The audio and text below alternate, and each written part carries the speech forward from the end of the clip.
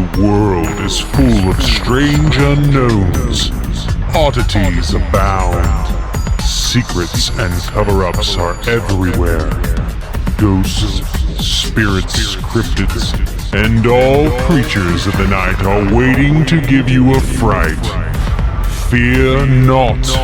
Through light and fire we will expose them to the light. Welcome to the Dragon's Nest. Here is your host, Will Lindsay.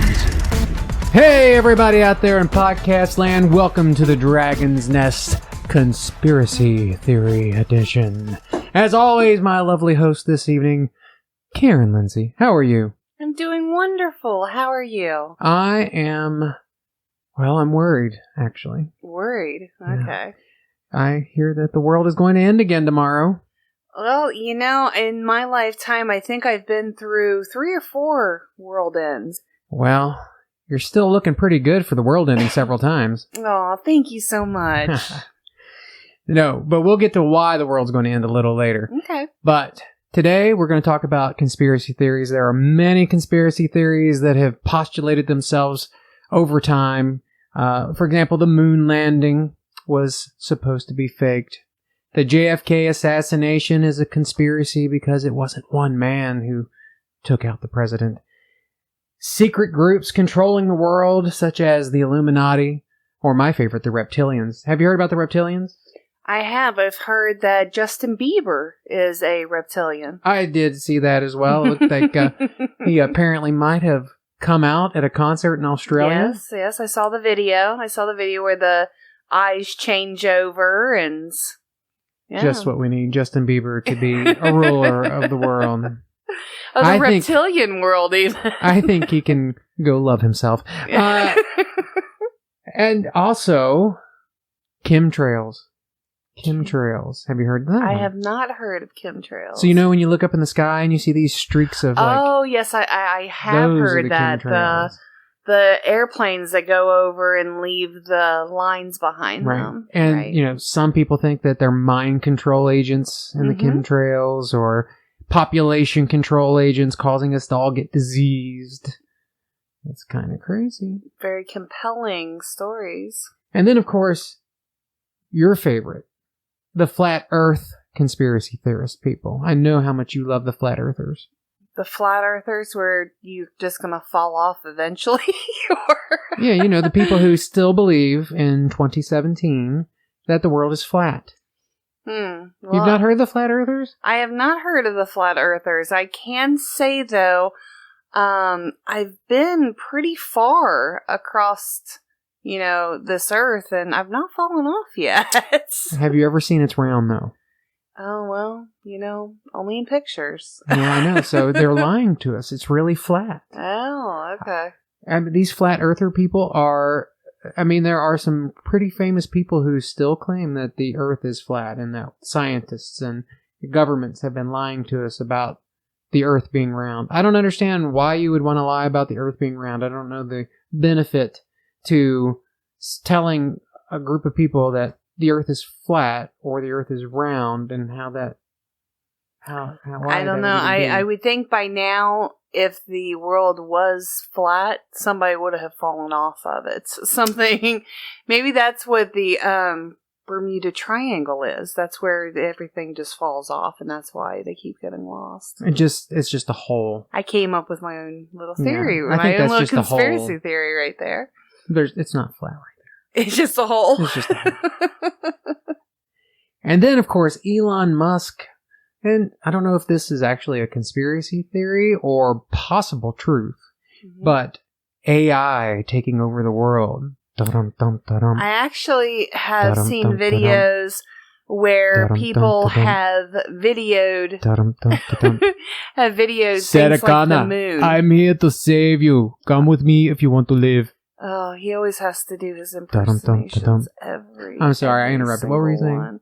Anyway, there were videos where people were videoing things like the moon, and you would see, like, it looked like the moon was fake, where it looked like it was digital. Oh, wait, are we AI, or are we back to landing on the moon? A little bit of both, because I heard that there's a conspiracy theory out there that everything is being controlled by artificial intelligence, that everything is artificial intelligence, that it's more like we're in a Sims game than Is that why those chat bubbles keep popping up over your head? It's probably why every time I go into the kitchen, I forget what I'm doing and then have to turn around and use the bathroom suddenly. And is that why when you're in the kitchen and you forget what you're doing, you always go, ba-ba-da-ba-ga-ba-da? Exactly. I just thought you were going crazy. But Elon Musk actually appealed to the United Nations to put constraints and controls and even talked about banning AI because he fears that it could possibly take over the world just like in Terminator. Oh, I heard that it already has and that we're just part of the game. Oh, I'm sorry. My motors stopped for a second. I'm back. Someone just adjusted your... My programming was just updated, and it wasn't updated quick enough after your response. I apologize about that. I guess there could be a certain amount of fear if AI isn't done well. I mean, I've certainly seen enough movies where, not just the Terminator, but there was other movies where, computer programs became so smart that they actually had self-will and self-control, and to some degree, programmers are trying to do that right now as we speak. Well, I think that, at least in my own personal thing, is I'm more worried that AI is going to become so powerful that, it can, essentially, that's going to be what takes us all over. And it's not going to be the AI doing it. It's going to be more of the people controlling the AI, because there's always going to be somebody behind it controlling the programs, controlling something. And I mean, that's what ultimate power is to be over everything. And what better way to do it is with robots, with computer technology, if somebody has all the power to take all of that over. I mean, well, the thing is, though, is that the computer program itself, the AI program, decides that the only way, because, most of the time scientists put in factors that say you can't hurt human life or you got to protect human life at all costs. But what happens when the computer determines that by saving humans, you have to subjugate the humans? And, it could be that they feel like that is the best way to save humanity. And I mean, in a weird kind of way, that is true, because we are our biggest threat. I mean, we are the things that cause war. We are the thing look at that... Kim Jong-un and Donald Trump right now with their little bravados back and forth about who's got the bigger nuke. We both know they have tiny nukes. Anyway, but as I was saying, I mean, we are the worst thing that's happening to the earth. We pollute the water. We pollute the air. We, beat our children. I mean, to the smallest to the biggest level, we are man's worst enemy. So if AI comes in and says humans have to be protected, then I would say that makes sense in their programming that we have to be protected from ourselves. So it's possible, and that's kind of scary. And maybe Elon Musk has a point to fear AI. Maybe we should not make computers smart enough and put weapons in their hands, which is one of the reasons why they want AI is for military purposes. Drones that drive and fly and make decisions on who to bomb and kill and do the things that they do. See, and I don't believe that a program, no matter how intelligent, can make that kind of choice of whose life is worth saving and whose life is not worth saving. That's truly the argument. And, I mean, as you were saying a moment ago, I mean, there's been multiple movies out there, and one in particular that I think of is I, Robot, where, Will Smith goes into the water, and the robot ended up saving him instead of the little girl, because the odds were better of his survival. Well, so, I mean, in that kind of situation, is that the correct choice, or should the robot have saved should there have been something else happen where... Well, that brings me to a real life point of view on AI and decision making is in self-driving cars. Mm-hmm. So when a car is self-driving, and let's say it's presented with, hey, I'm going to hit this car in front of me, and it has to then make a split decision, and it uses radar and some other abilities, but let's say there's hit the car in front of you, and it's definite death for the driver in the car, or swerve, and then there's pedestrians on the sidewalk, and it takes out 3 or 4 people on the sidewalk. And death rates unknown, could be all, could be none. Right, and you're so then getting the car into is going to have to make a decision on whose life's more important, the driver or the civilians on the side of the street. So it chooses that the driver's life is less important than those on the side of the street. Therefore, the driver ends up having the wreck and the driver dies. Right. It would mean that's something that humans have to deal with every day, though, too. It's like Spock said, the needs of the many exactly. outweigh the needs of the few. The needs of the many outweigh the needs of the few. And I think that's probably something that a lot of people think of. But we also have that self-preservation aspect, too. Whether, if you're going to run into a group of, 5, 10 people and probably kill all of them, or run into, a truck and you'll die if you run into that truck. I mean, that's a split decision you have to make. And I say probably a lot of people would choose the running over the humans to have that self-preservation intact. Sadly, but it's not, a lot of people don't think that quickly of, I will sacrifice myself to save these humans that I don't know, that I don't, I don't know. I mean, I'm not in that situation, but if I was driving and I looked over and saw a group of people and this car stopped right in front of me, and the only way to avoid it was to go into the group of people, I think I would have like a dilemma to the point where I wouldn't even be able to react and just hit the car anyway, because I would see the people and I wouldn't be able to react. I think I would just hit the car. That's probably true. The probably just would be that probably the stiffen up reaction, like I can't react. Like it's just an awful decision either way, and so then you're not able to close react. Your eyes, grit your teeth, and hope for the best. Kinda, yeah. Let's ask Google. Hey Google, will AI take over the world? Sorry, I don't understand. She's obviously awful at AI. What good is Google Home if you can't answer basic questions like, is AI going to take over the world? That's true. They need to update her AI. Exactly. So, Karen, you have a new story. I thought we'd do one paranormal haunting story today, in between all the conspiracy theory talk that we're doing. So, tell us about the haunting in Kentucky, I believe is the name of the article you got. Yep. A mother tells the true story of a mysterious force that tore through her house, pushed her children, and terrified her father. This is a story by Stephen Wagner, and it's called A Haunting in Kentucky. How or why a particular place becomes haunted is a mystery, although theorized contributing factors range from certain environmental conditions to residual aftermath of human tragedy, suffering, and death, but these factors are little concern to the families that live at the center of paranormal activity. They only know their houses are disrupted, their routines are shattered, and their children feel threatened. Lainey had no idea what lay in store for her family when they moved into what they thought was a cozy Kentucky farmhouse.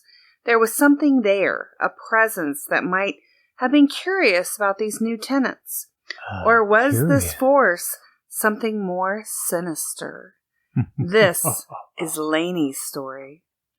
These incidents occurred over several months from June 2000 until we moved in October 2001. My family rented a large farmhouse in the Oakland area of South Central Kentucky. From day one, something was unsettling about this home. The haunting begins.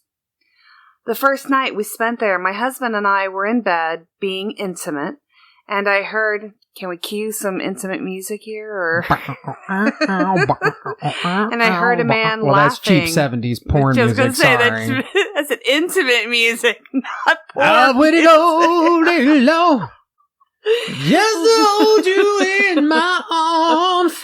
Is that good? You like that? Yeah, just cut the music. Let's get it on. We heard a man laughing from the vent by the stairs.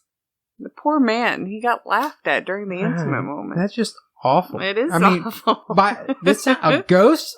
It's bad enough that I'm self-conscious of myself. I don't need a ghost to laugh at me, okay? I heard it 3 times, but my husband did not hear it. Trying to ignore the obvious, I put it out of my mind. It was days later, and my kids had begun seeing things.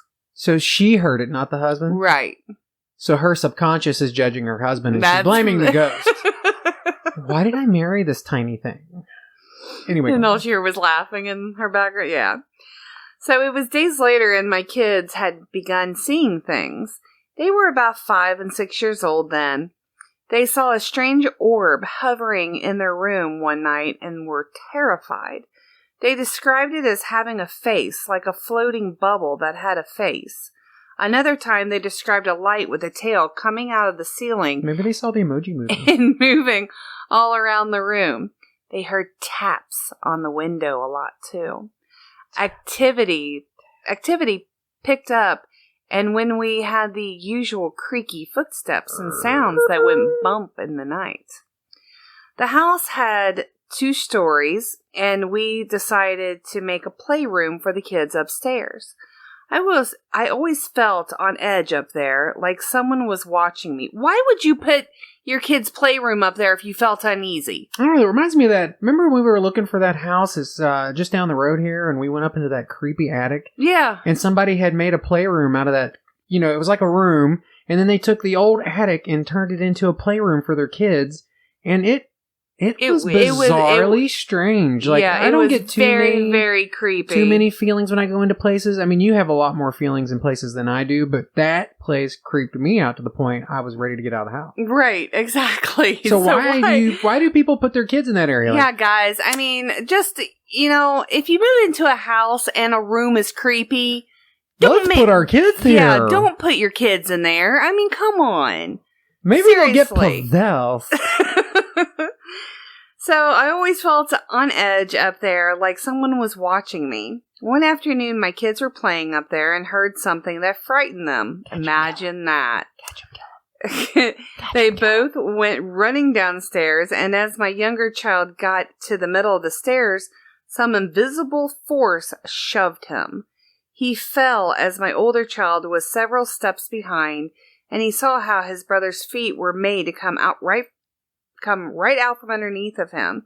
It wasn't as though he tripped, it was as if something unexplainable.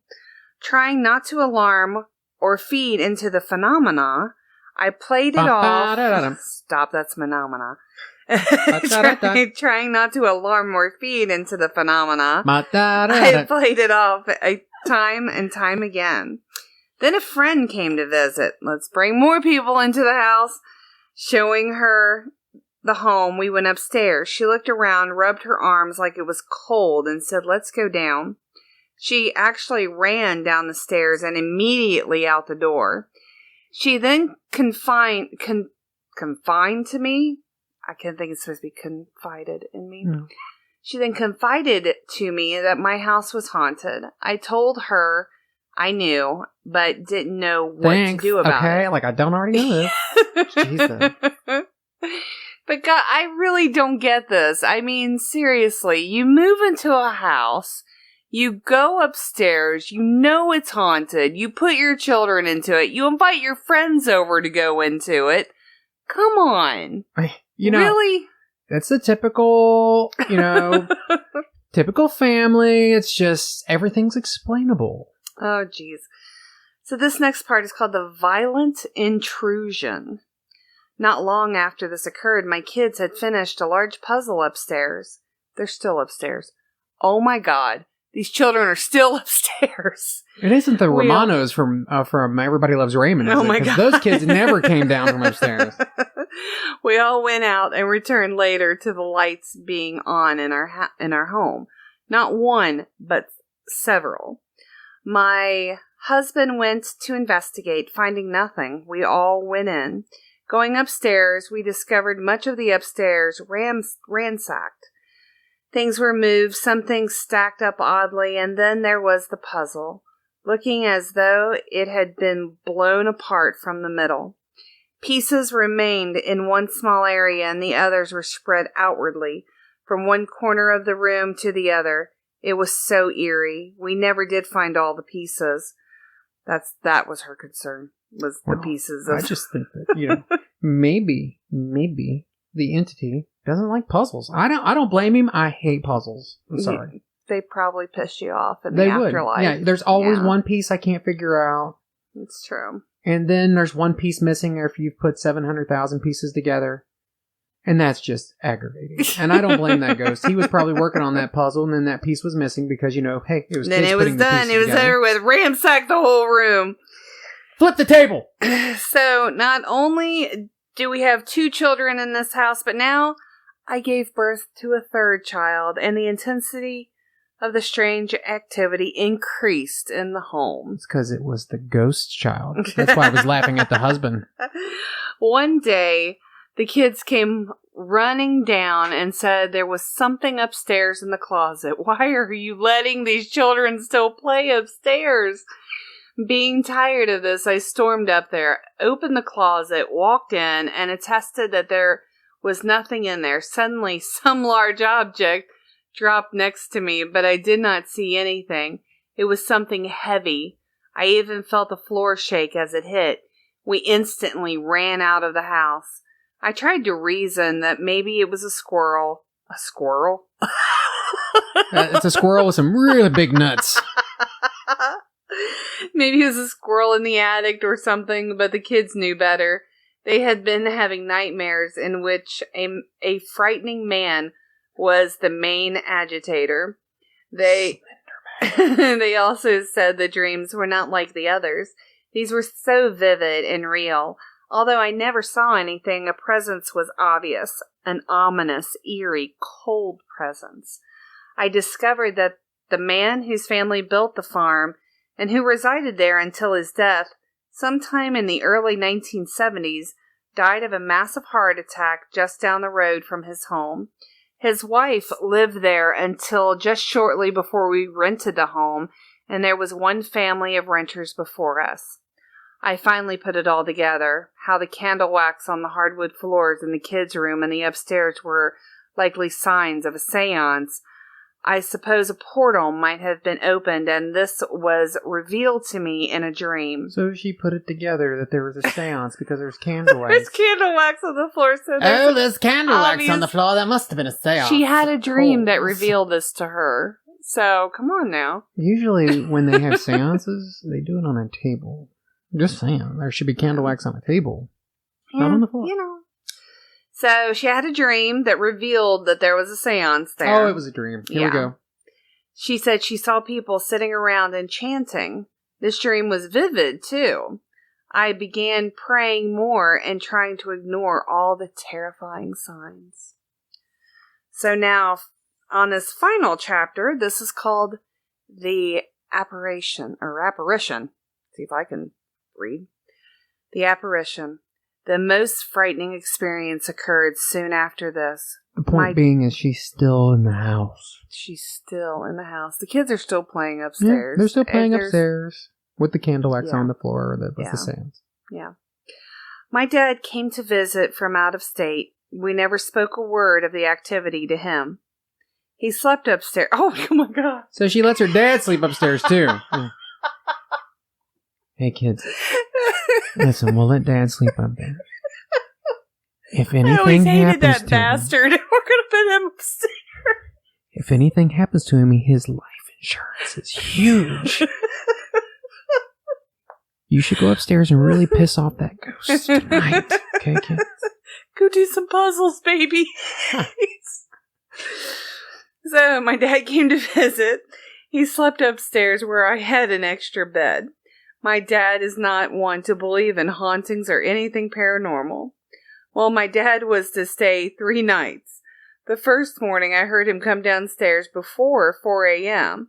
I was up with the baby and came into the kitchen with him. He'd already made coffee. He said he didn't sleep well.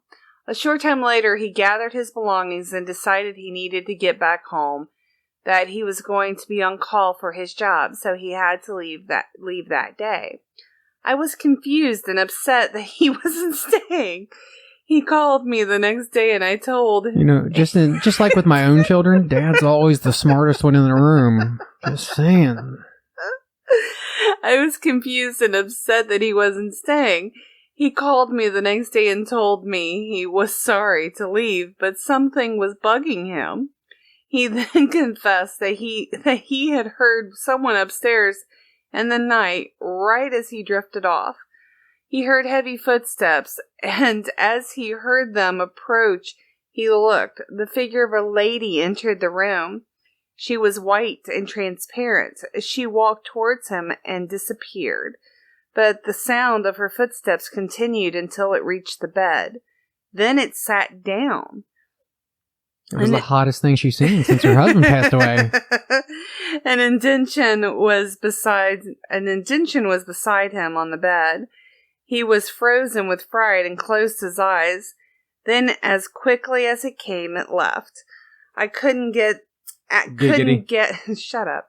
I couldn't get out of that frightful place fast enough. I was so relieved to move. She finally moved. Finally, at the end. In the meantime, all her kids were possessed. The kids have been traumatized. Her father's been traumatized. Her friend that came over the Catholic was Church traumatized because they can't seem to get the demons out of the children. But it's okay. Oh, jeez, oh, Pete's. I don't understand people. Well, I'm going to have you do another story. Oh, no. And this one is... We're back on our conspiracy theory. Yes. So this one is all about... back in the 70s, they sent a probe into space, the Voyager.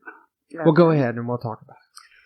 So this is called Aliens Could Conquer Earth by Following Dangerous Maps NASA Foolishly Sent into Space. Now, come on, this is from Fox News. I mean, this was published on August 16, 2017. Back in the optimistic early days of space exploration, everyone thought it was a great idea to offer aliens a chart telling them how to find planet Earth. Earth, this way. But now, the man who sent 4 maps into deep space fears this decision could prove to be disastrous. Great. Frank Drake, an American astronomer and famed alien hunter, worked with NASA to design maps which were placed inside Pioneer 10 and 11, as well as Voyager 1 and Voyager 2 probes. All 4 of these spaceships have now left the solar system and are speeding through deep space. The plaque placed aboard the Pioneer craft shows a man and a woman alongside a basic map which plots the position of Earth compared to a distant pulsar stars, which are bright and long-lasting, so could still direct aliens our way if they found them millions of years from now. Voyager was fitted with golden records, which can be played to reveal natural sounds and even images from Earth. A similar pulsar map was engraved on the fronts of the records. Frank Drake now fears it may have been a bad idea to send these maps into space. Responding to a request for comment by Fox News, a NASA spokesperson, not a salesperson, spokesperson. Would you like to buy a space shuttle? Said 2 for 1. The so-called golden records are unlikely to be found anytime soon, as space is largely empty and the Voyager will not be encountering any other planets or stars in our lifetime. So we don't need to worry about it. Our great-great-great-great-grandchildren, they have to worry about this. Well, provided that warp drive isn't real. In those days, they said, all the people I dealt with were optimists. They were thought that ETs would be friendly, Drake told National Geographic. Nobody thought, even for a few seconds, about whether this might be dangerous or not. Apparently none of them were probed. Oh, no. The article about Drake was actually written by his daughter Nadia, who asked whether it may one day be seen as foolish and dangerous to have broadcasted details of our whereabouts to aggressive aliens. Many scientists now believe that contacting extraterrestrials is a spectacularly bad idea.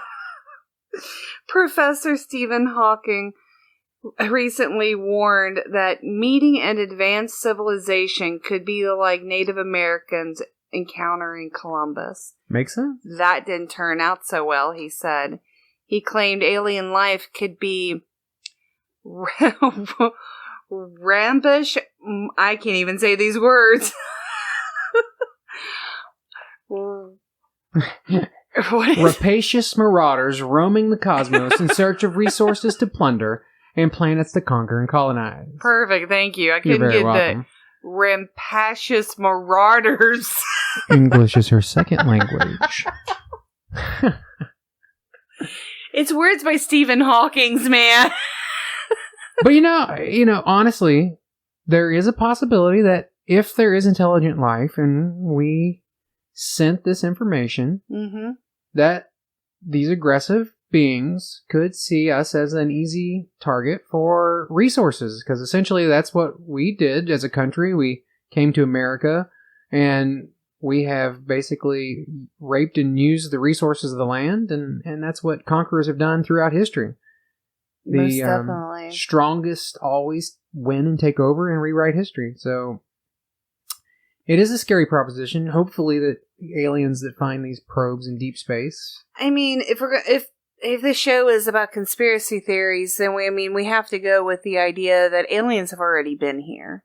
They've already, you've seen the crop circles, you've seen the footage where all of a sudden there'll be just this random alien that walks by a camera and stuff. So That was just me. it's on the same level of it's an awful huge waste of space if there's nothing out there. That's very true. But even if let's just take out that aliens are here. We'll say that they're not. But alien what's the word? Alien civilizations, I do believe exist throughout this cosmos.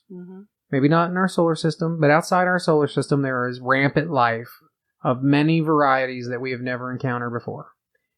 And one day, one of those are going to be spacefaring individuals. They're going to come across this Voyager 1 or 2 or whichever one it is. They're going to decipher the messages, much like we did with the Rosetta Stone, and they're going to understand our language. And then they're going to head this way and to see what kind of civilization we are. One conspiracy theory that I had heard that made a lot of sense was, I think the reason why there have been so many people to see aliens and have experiences with aliens, and if you notice, it's usually the people who are in very backwoodsy type parts of, our nation. A lot of, backwoods, Tennessee, Kentucky. For all my Appalachian podcast listeners, but I apologize. I think that this is number one, these people are not taken seriously most of the time. Number two, there are a lot of resources in this type of area. And number three, aliens do not want to make themselves known just yet because they are using our resources. That it's already happening, that they're coming here and they're taking resources little by little, just enough to help, but not enough for us to truly recognize that this is happening. I mean, we're dealing with more pollution and less resources here on Earth now than we've ever dealt with. And they've also talked about that the resources that are missing, that go missing, that whatever happens, that it's not feasible that we could have used as much as we have already. I mean, they're talking about is global warming real, or is this something as far as aliens coming here and using those resources and popping holes in the ozone and things like that? I mean, it was a whole conspiracy about this. Do you know global warming? It's not real. And you know why? I'm going to tell you right now. Oh, no. The aliens are coming here and they're causing the global warming. It's real. I didn't mean not real. It is real. The aliens are causing the global warming. And you know how they're doing it? They're taking back our ice chunks from the Arctic and the subarctics, and they're using it for their drinks. For their drinks. But that is a conspiracy theory that they're coming here and taking like the ice from there and taking it with them, and because there have been a lot of alien sightings in that area. They haven't figured out refrigerants. They can't make their own ice. I mean, it's just so much easier to grab a big chunk, take it up there. You know, you have your Romulan ale. Oh wait, that's Star Trek. Yeah, you're getting your shows messed up. But I did hear that, you know, that is a conspiracy that, you know, it would definitely make sense that the aliens do not want to be known yet, because we would blow ourselves up to try to get rid of them. We would use our nukes. We would, I mean, as a species, that's what we do. I mean, we want to fight before anything else. That's one reason why I know that if, for some reason, because I'm basing that decision on us. So if, let's say, the Voyager 1 spacecraft, let's say it was an alien spacecraft, and happened to come through our solar system and we discovered it. And then our scientists deciphered that information. And then we discovered that an alien race lived in some cosmos that was within a few light years that we could get to. Mm-hmm. We would figure out a way to get there and to see what was going on. Now, whether we would conquer or whatever, we may be higher. I'd like to believe that we would have a higher moral compass than that at this point in our civilization, but who knows? But I think we would definitely do everything in our power to finance a trip somehow, some way, to find that race and make contact. Be damned whether or not when they found out that we existed, that they might actually hate that fact and come and destroy us. Mm-hmm. We would do whatever it would take to find them, because our curiosity would make us go. I agree with that, but I mean, again, I don't know, United States is horrible when it comes to stuff like this, and that is, we would rather blow ourselves up. It's kind of like, you can't have it. If we can't have it, you're not going to have it. You know what I'm saying? It's one of those situations of, if you're going to take over a nation, we'll blow it up before you can have it. And that is a very American way of doing things. I will tell you, it doesn't matter anyway, because tomorrow is the eclipse. Oh, okay. And that's why. So the eclipse is the end of the world. I was waiting to hear. Well, it's not necessarily the eclipse that's the end of the world, however, but it's what's going to happen during the eclipse that's the end of the world. And so I wanted to make sure that we got our final podcast in the event that it ends, that this podcast would be our final communication to the world. Our magnum opus. Our magnum opus to the aliens who conquer the earth, and like whatever remnants are left over, and they hear this podcast, and then they'll understand a little bit about who we were as people. And if that's the situation, why am I not drunk right now? Because you don't believe it yet. That's true. I'll get drunk when I start seeing it. So, conspiracy theorists predict that the coming eclipse signals the end of the world. This is an article by James Felton at IFL Science. And it was posted on August 8th of 2017. Mm-hmm.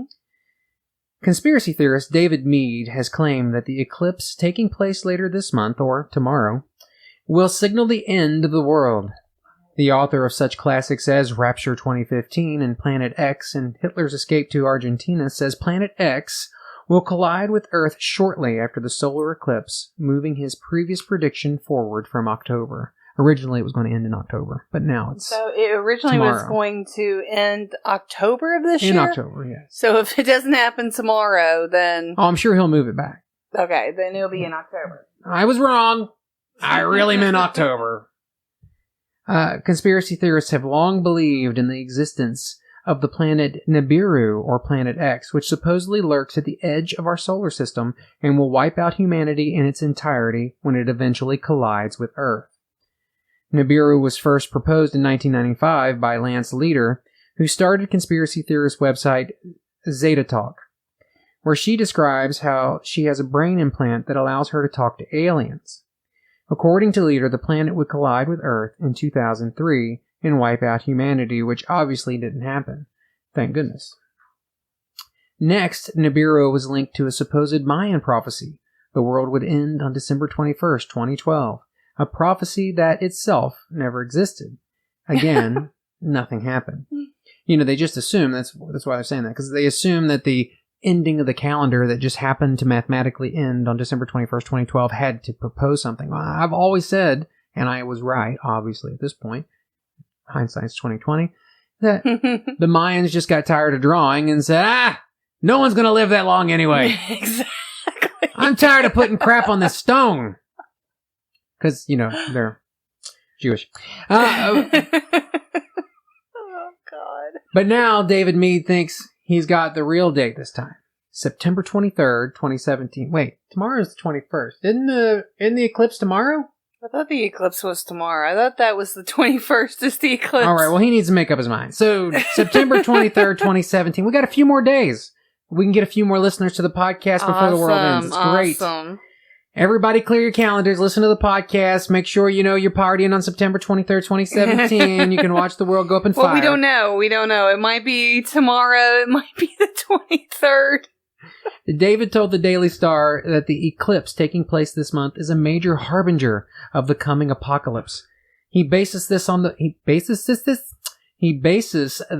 That's hard to say. He bases this on the book of Isaiah in the Old Testament of the Bible, which includes passages that talk of sinners being destroyed, such as, "See, the day of the Lord is coming, a cruel day with wrath and fierce anger, to make land desolate and destroy the sinners within it. And the rising sun will be darkened and the moon will not give its light." In his latest book, Planet X, the 2017 Arrival, he claims that the planet will be driven towards Earth by gravity from a star twinned with the sun. Based on the alignment of stars, he now thinks it'll happen 33 days after we first see the planet on the day of the solar eclipse, August 21st. Awesome. So will Planet X really hit us? No. Does it exist? Also no. This is the IFL reporter. There is plenty of evidence out there for Planet 9 and other objects within our solar system. But Planet X isn't even a thing, is what you're saying. Well, there could be Planet X as this guy's talking about it, probably not, but Planet X meaning 10, the Roman numeral. Mm-hmm. But of course, we degraded Pluto, so really there's only 8 planets. So would it really be Planet 9, not X? Maybe it should be Planet IX? We're arguing about semantics at this point in time, but the planet it's Planet VIII. The planet that he is speaking of, they're saying does not exist. Well, it exists, but not in the facet that he's talking about. Like, it's not actually coming towards us. But scientists do say that there are multiple, like outside in the Kuiper Belt, which is past Pluto, that's the Kuiper Belt. So in the Kuiper Belt, there are probably many, many, many more planets that exist out there that we don't know about, but they would be really cold, and some of those actually would be considered planets bigger than Pluto, so they would be planets, not a dwarf planet as Pluto was reassigned to. Anyway, that's neither here nor there. So, he goes on to say, but none of them do the things that Nibiru conspiracy theorists describe, such as affecting the Earth's climate, which is one of the things that Planet X or Nibiru supposedly does, and none are on a collision course with Earth. Nibiru and other stories about wayward planets are an internet hoax. There is no factual basis for these claims. NASA explained patiently when the hoax last surfaced in 2012. NASA's getting pissed. They're like, we're going to explain this one time. And I quote, "If Nibiru or Planet X were real and headed for an encounter with Earth, astronomers would have been tracking it for at least the past decade, and it would be visible by now to the naked eye. Obviously, it does not exist." So NASA is about to kick someone's ass. So is it coming for us? Maybe it's the Death Star. No, the Death Star could be, completely feasible. It is a spaceship the size of a planet that has captured Voyager 1 and knows the existence of where Earth is and is on its way now to conquer us all and control our resources. Thank God someone's going to get rid of Trump. Now you've just made. I didn't mean to go political. The show's every apolitical. Trump supporter just tune out right now. Now we've lost supporters. I apologize to the Trump supporters. Sorry, not sorry. Anyway, that is the end of our conspiracy theory show today. And unless you got some more conspiracy theories you'd like to talk about. I feel saddened. There's so many out there that, I mean, some of them are just ludicrous as far as like Justin Bieber is a lizard and the reptilian race.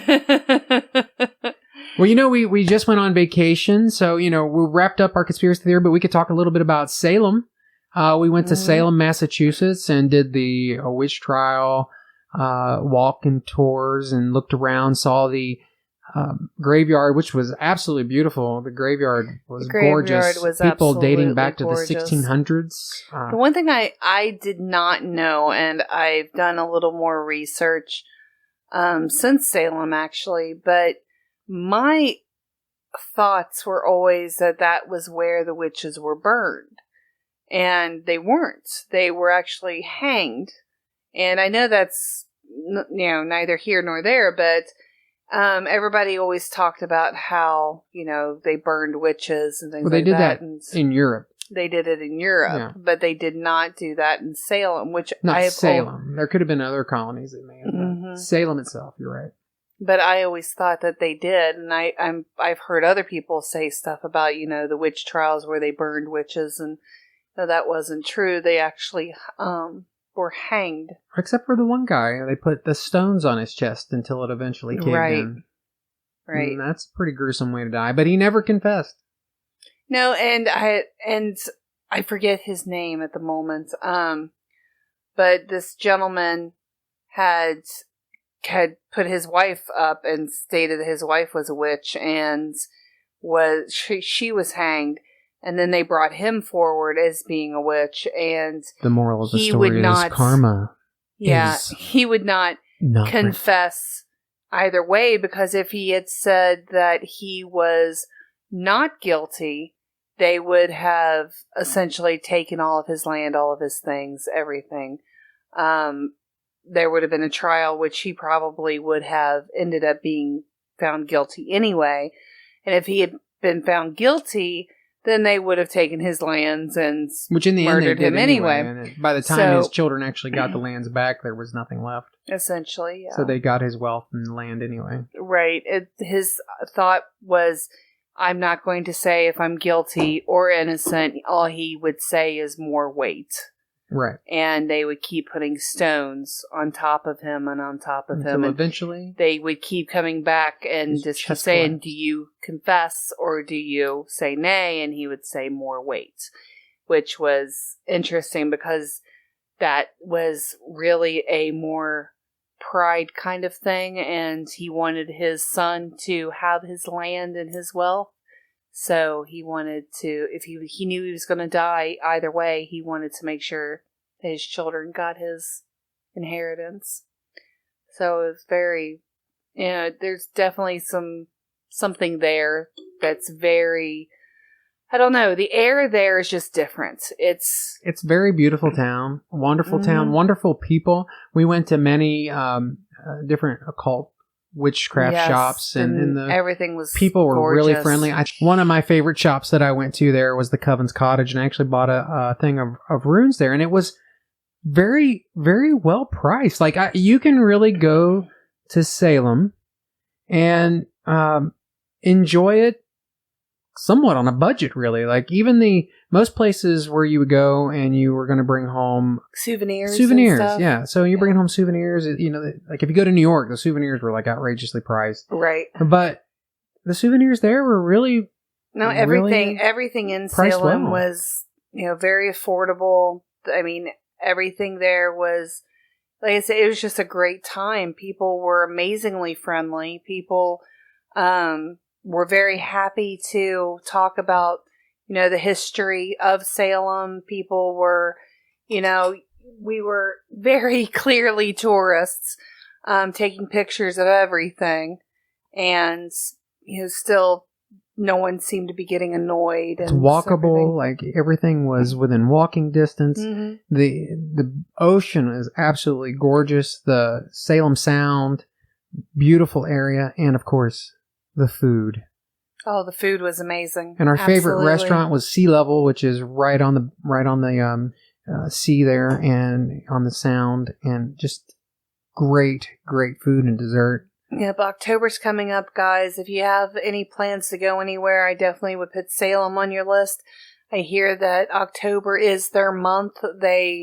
Everybody is dressed up, and I hear that little town is an absolute party the entire time, the month of October. Everybody seems to go there and have a great time. So I also want to plug the Mothman Festival, which is coming up in Point Pleasant, West Virginia next month. On the weekend of September 15th, 16th, and 17th. We're going to try to get out there, and maybe our next podcast will be a little bit about Mothman and that festival. It should be a really, really good time. I've heard from a lot of people who went that it's really fun, and the whole town gets into it. Mm-hmm. And, if you don't know who Mothman is, he's kind of a harbinger of bad events, omens of things to come. Hopefully in our next episode, if we talk about Mothman, we'll give you a little more information about Mothman throughout history. Yeah, we can't give it all away now. Exactly. You got to come back for the next podcast. That's all the time we have for this episode. As always, we thank you for listening to The Dragon's Nest. Please follow us on social media, Facebook, Twitter, and Instagram at Dragon's Nest PC. That's Dragons with an S, Nest PC for podcast. We are on YouTube, so please like, subscribe, and hit that bell. You can listen and follow us on your favorite podcast platforms such as Spotify, Stitcher, TuneIn, Google, iTunes, and at our host site, SoundCloud. To search for us, just search The Dragon's Nest. That's the THE, Dragons with an S, Nest. If you would like to share a story with us or have ideas you'd like to hear in a future show, please send an email to thedragonsnest@outlook.com or call and leave us your story at 513-549-3049. Again, thank you for listening, and we'll see you next time inside the Dragon's Nest.